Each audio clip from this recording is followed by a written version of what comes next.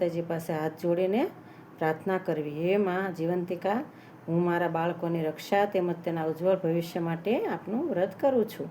તો માં મારા બાળકોને હંમેશા જ્યાં જાય ત્યાં આંગળી પકડી 2 ડગલા આગળ રહેજો અને તેમની પર તમારી કૃપા દ્રષ્ટિ સદાય બનાવી રાખજો અને જીવનમાં ઉત્તરોત્તર પ્રગતિ કરે તેવા તેમને આશીષ આપજો અને જીવનમાં આગળ વધવા માટે યોગ્ય માર્ગદર્શન આપજો.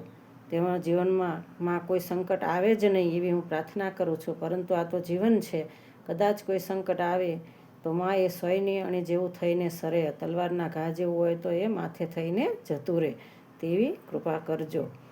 આમ પૂજાના અંતે માતાજી પાસે ખોળો પાથરી અને આપણે પ્રાર્થના કરવી, કારણ કે માને બાળકો માટે જે પ્રાર્થના કરે છે તે માતાજી અથવા ગમે તે ભગવાન અવશ્ય સાંભળે છે. માથી મોટું બાળક માટે આ જગમાં કોઈ નથી.